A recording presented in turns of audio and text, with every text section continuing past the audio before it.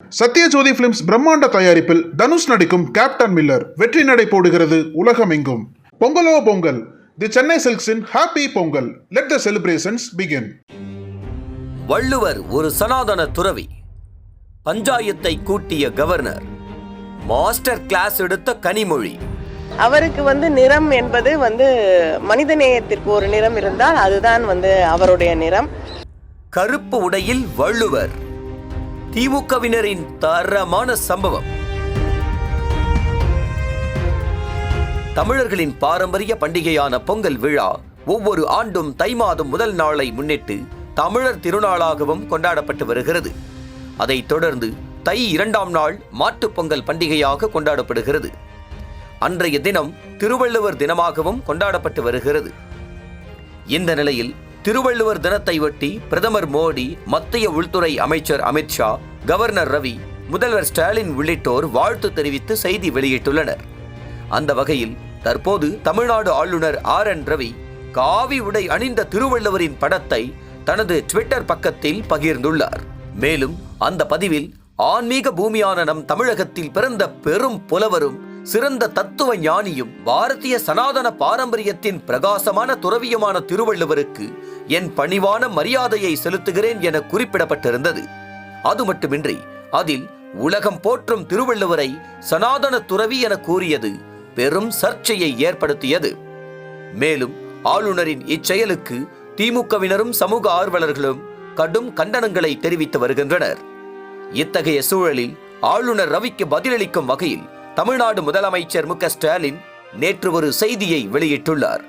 அதில் தமிழினத்தில் பிறந்து அமிழ் தமிழில் அறம் உரைத்து உலகம் முழுமைக்குமான நெறிகள் சொன்ன வான்புகழ் வள்ளுவர் நாள் வாழ்த்துகள்.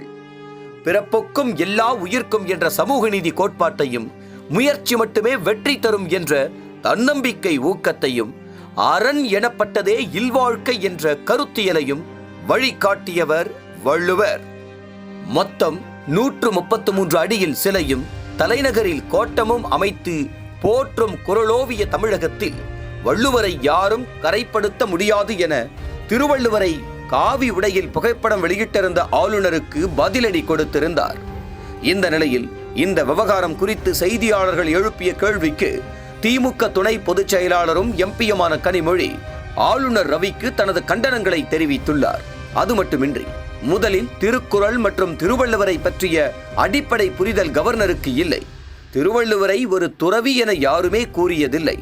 அவருக்கு திருமணமாகி மனைவி இருந்ததாகவும் ஒரு கருத்து இருக்கிறது.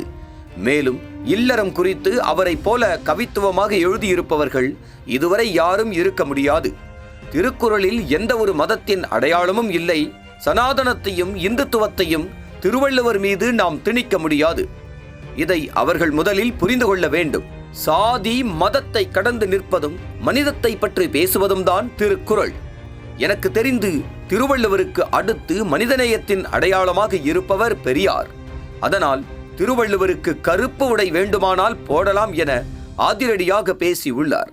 தற்போது திருவள்ளுவரை சனாதன துறவி என கூறிய ஆளுநருக்கு எதிராக திமுகவினர் தங்களுடைய கண்டனங்களை கடுமையாக தெரிவித்து வருகின்றனர். அது மட்டுமின்றி அதற்கு பதிலடி கொடுக்கும் வகையில் காவி உடை, திருநீறு உள்ளிட்ட தனிப்பட்ட அடையாளம் இல்லாத திருவள்ளுவர் படத்துடன் திமுகவினர் வாழ்த்துச் செய்திகள் வெளியிட்டுள்ளனர். மேலும் சிலர் கருப்பு உடையில் இருக்கும் திருவள்ளுவர் படத்தை சோசியல் மீடியாவில் பரப்பி வருகின்றனர். இது திருக்குறளை பற்றி அடிப்படை, திருவள்ளுவரை பற்றி அடிப்படை புரிதலே இல்லை என்பதுதான் இது காட்டுகிறது. ஏன்னா திருவள்ளுவர் ஒரு துறவி அப்படின்னு யாருமே சொன்னது கிடையாது. அவருக்கு திருமணமாகி மனைவி இருந்ததாகவும் ஒரு கருத்து இருக்கிறது. அதனால திருவள்ளுவரை இதுவரை அவரும் அதோட இல்லறம் பற்றி அவரை போல அழகாக ஒரு கவித்துவமாக எழுதி இருக்கக்கூடியவர்கள் வேறு யாரும் இருக்க முடியாது. அதனால திருவள்ளுவரை நாம் தமிழர்கள் திருக்குறளை படித்து புரிந்து கொள்ளக்கூடிய வாய்ப்பு இருக்கக்கூடியவர்கள் அவரை துறவியாக பார்த்ததே கிடையாது.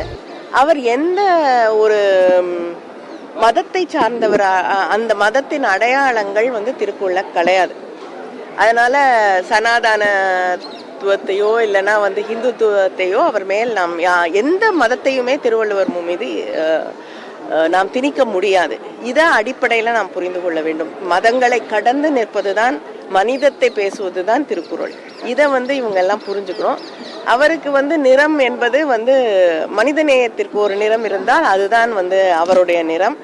ஒருவேளை எனக்கு தெரிந்த அடுத்த மனிதநேயத்தின் அடையாளம் பெரியார்.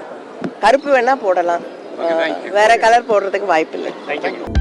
அனல் பறக்கும் செய்திகளை அப்டேட் செய்து கொள்ள நக்கீரன் களத்தை இப்பவே சப்ஸ்கிரைப் பண்ணுங்க.